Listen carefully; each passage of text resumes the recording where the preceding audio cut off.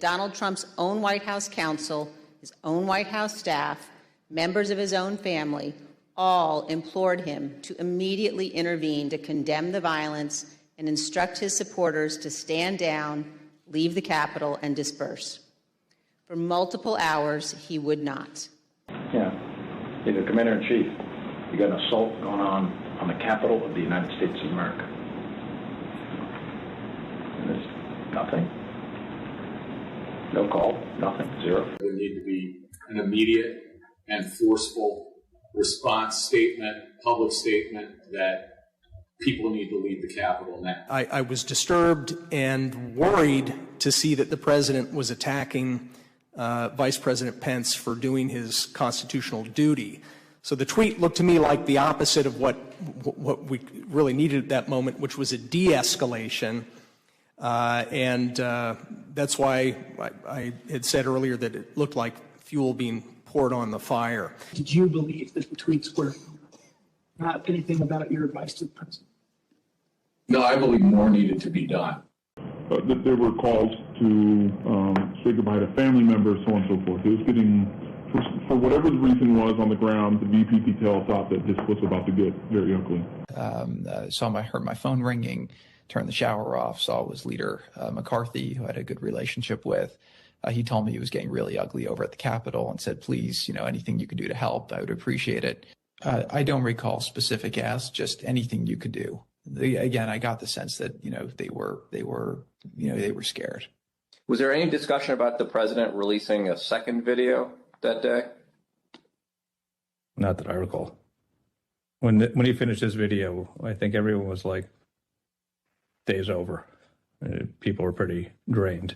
He told the people who we had just watched storm our nation's Capitol with the intent on overthrowing our democracy, violently attack police officers, and chant heinous things like, hang Mike Pence. We love you. You're very special. And as a spokesperson for him, I knew that I would be asked to defend that. And to me, his refusal to act and call off the mob that day and his refusal to condemn the violence was indefensible. What happened at the Capitol cannot be justified in any form or fashion.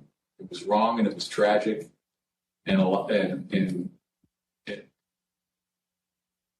it was a terrible day. It was a terrible day for this country. Donald Trump knows that millions of Americans who supported him would stand up and defend our nation were it threatened. They would put their lives and their freedom at stake to protect her. And he is preying on their patriotism. Once again, for the second time this week, Steve Bannon failed to delay his criminal trial for contempt of Congress. A judge rejected Bannon's argument that there was too much pretrial publicity, and the trial will go forward on Monday as planned. It's happening just as we are learning more about exactly what Bannon might have known regarding Trump's plans to stay in power. Mother Jones obtained leaked audio of Bannon sharing what he knew with a group of associates just days before the 2020 election. The Democrats, more of our people vote early that count. Theirs voted mail. And so they're going to have a natural disadvantage, and Trump's going to take advantage of it. That's our strategy. He's going to declare himself a winner. So when you wake up Wednesday morning, it's going to be a firestorm. Also, if Trump is losing by 10 or 11 o'clock at night, it's going to be even crazier.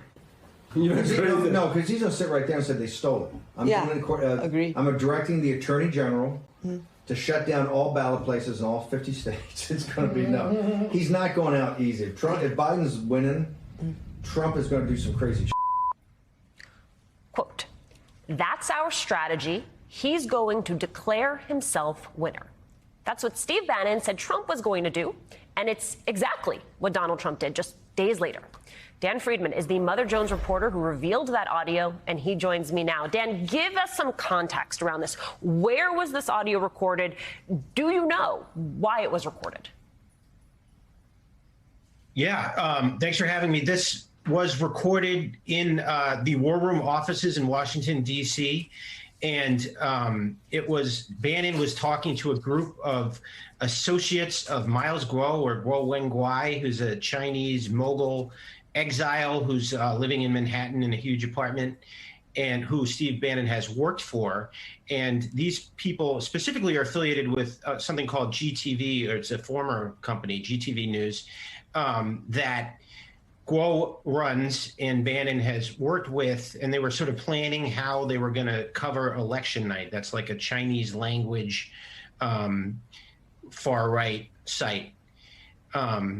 And the person who gave it to me, obviously I can't say very much about that, but there are a lot of people who are both unhappy with some of the people involved in sort of Guo and Bannon circles, but also who have a lot of regret about January 6th and other activities that they were involved in.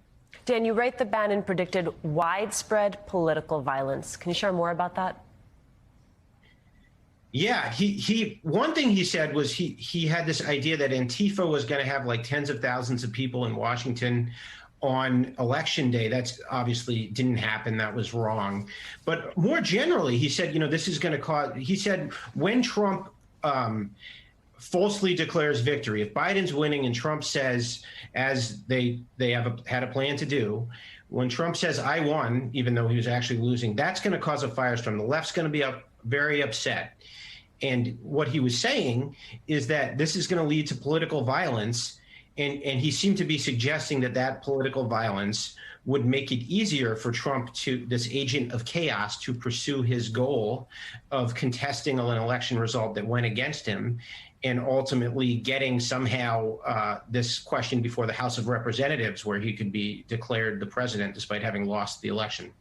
Agent of chaos, indeed. Trump famously fired his FBI director, James Comey, in his first months in office. On the audio, you have Bannon predicting that Trump would fire another FBI director. Let's take a listen. Here's the thing. After then, Trump never has to go to a voter again. He's going to fire Wray, the FBI director, and he's going to say, F you. How about that? Because he's never going to, he's done his last election. Oh, he's going to be off the chain. He's going to be crazy. I don't know what's more disturbing, the actual audio or the laughter is in the audio. Who else did Bannon list as being on Trump's chopping block? Does he say why?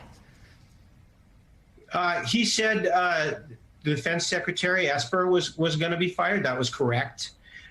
He said that Anthony Fauci was going to be fired. Anthony Fauci was not fired. He said that Alex Azar, the HHS secretary, would be among them, and Gina Haspel, the head of the CIA, would be fired. And you know what is striking about that is he is predicting that because Trump will not have to face voters again, he will be freed to do whatever he wants and not have to be responsive to Democratic pressures. Steve Bannon and Trump have, described themselves as these great populists, these advocates of democracy. And here Bannon is expressing contempt and mockery for the idea that voters have a say in how the government's going to be run. Here's the thing, that in a normal political environment, audio like this would be absolutely devastating and damning. What was Bannon's response to this audio being published? Bannon's response was that I already said this in public, so no story here. This isn't news, which is extraordinary because what he's not saying is anything exculpatory. He's not saying I didn't do it. He's not saying this isn't significant. He's just saying, well, I already said this, so why are you writing an article about it? So I think that's quite striking.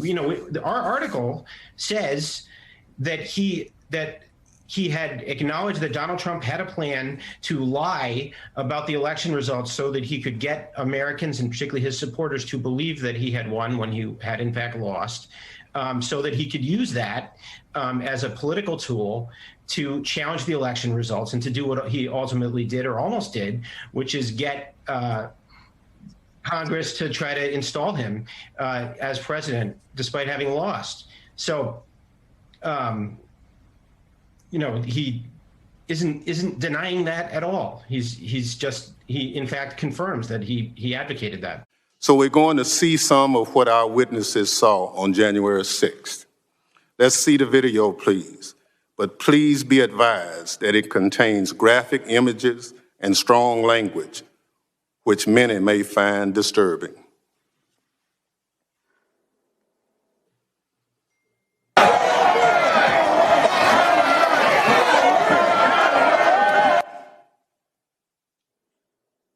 Hey, brother, we're boots on the ground here. We're moving on to Capitol now. I'll give you a boots on the ground update here in a few. Multiple Capitol entries. Multiple Capitol entries.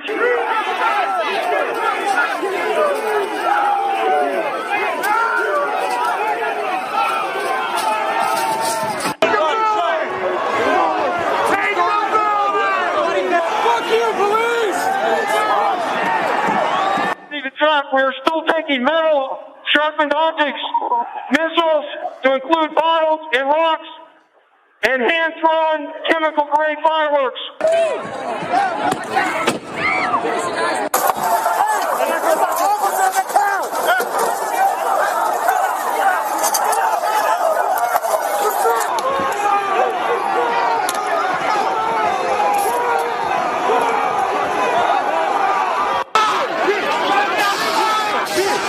This is now effectively a riot. 1349 hours declaring it a riot.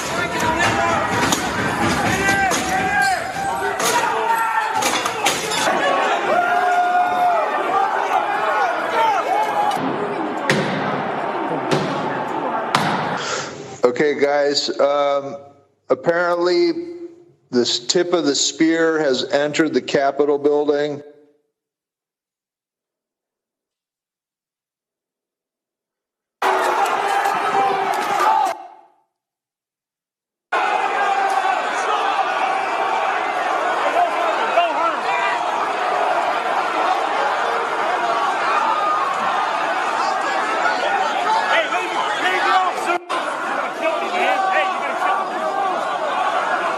If I give this up, they're going to have direct access. At least this Capitol we can defend. We got to hold what we have. Take your pins off. Yeah. The fuck? Take your pins off.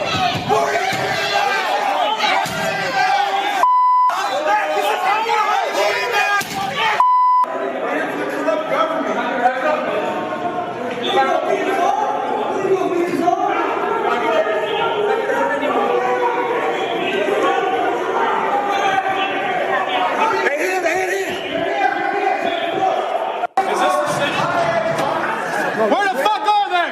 There's a person who tanked 1033. I repeat, 1033 was from the Capitol. We've been tanked and we've lost the life.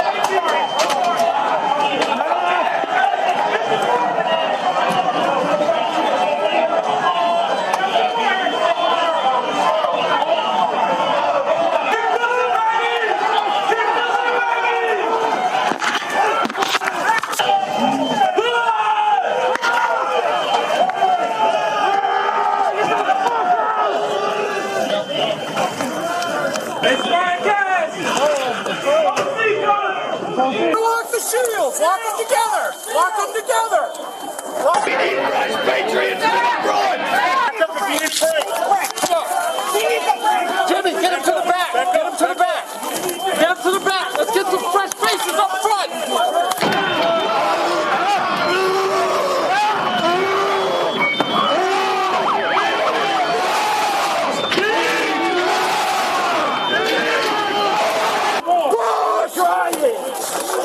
All right, let me out!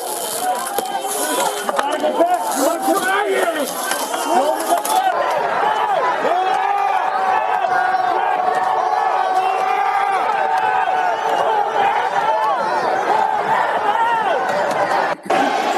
Can I speak to Pelosi?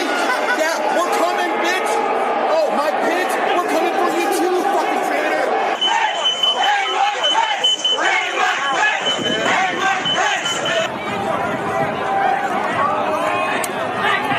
They've got the gallows set outside this Capitol building. It's time to start fucking using them. Start making a list, put all those names down, and we start hunting them down one by one.